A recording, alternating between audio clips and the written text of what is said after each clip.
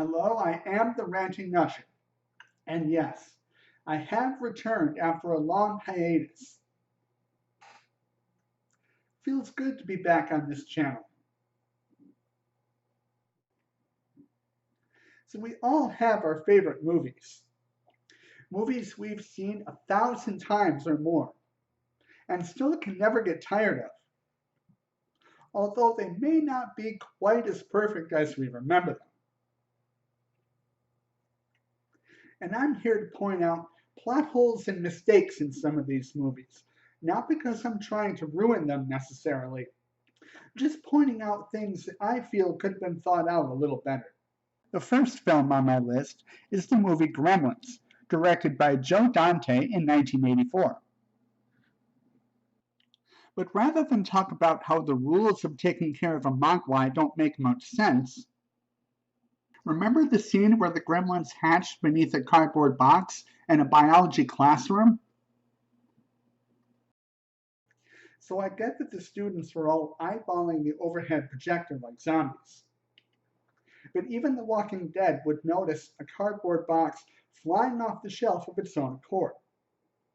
Even if they somehow missed the cardboard box flying off the shelf of its own accord, the cocoons the gremlins hatched from would likely give out a strange odor. I'm pretty sure that strange odor would fill the entire room. With that being said, why is the biology teacher the only one who notices this? Coming in at number 2 on my list is Indiana Jones and the Last Crusade, directed by Steven Spielberg in 1989, in which Indy is searching for the Holy Grail. There's a sequence toward the end where Indy must face 3 final challenges in order to make it to the sacred temple where the Holy Grail is kept, one of which being the Path of God, where one leap from the lion's head will prove his worth. So Indy must make a giant leap of faith, and he must believe that God will provide him with the means to cross the canyon. Indiana Jones, of course, achieves this. Then, once he is on the other side of the canyon, he picks up a handful of stones and tosses them across the space where the bridge once was. I understand why he does this. He does it so that Elsa, Donovan, Marcus Brody, and his father can follow him into the sacred temple. But doesn't that negate the purpose of them having to believe that the bridge exists to begin with? The way Indy just did?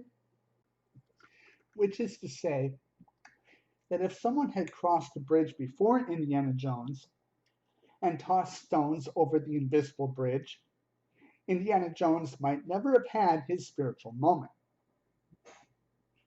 Is Tim Burton's classic 1988 horror comedy Beetlejuice, Beetlejuice, Beetlejuice. It's showtime. I specifically want to address the scene where Winona Ryder's character, Lydia, is penning a suicide note. So as much as the scene gives me chills, and as much as I love Winona Ryder,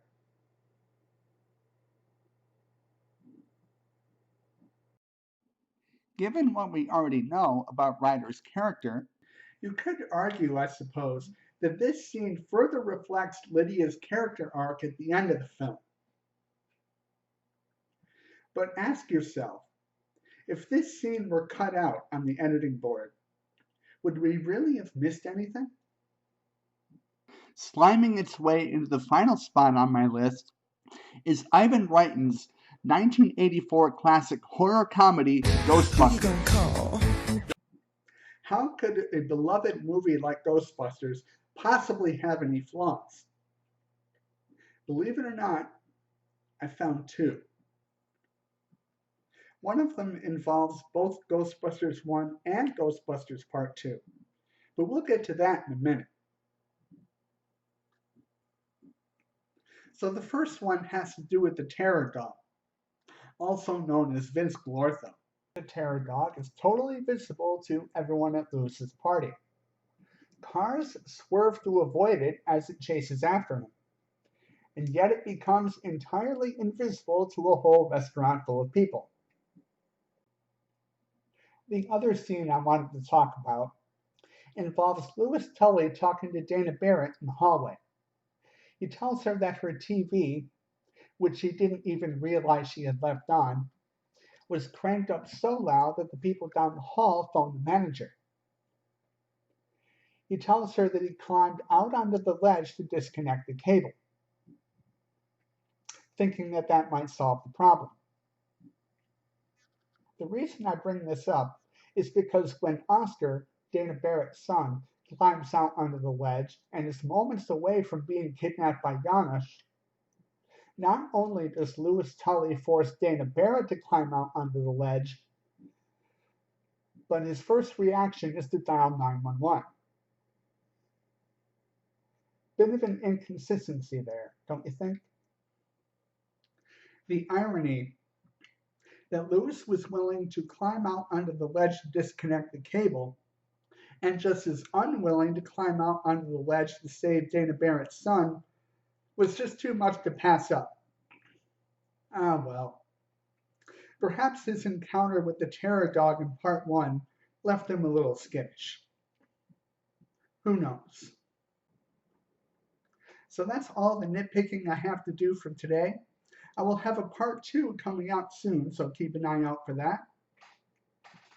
Meanwhile, thank you so much for your viewership. It really means a lot.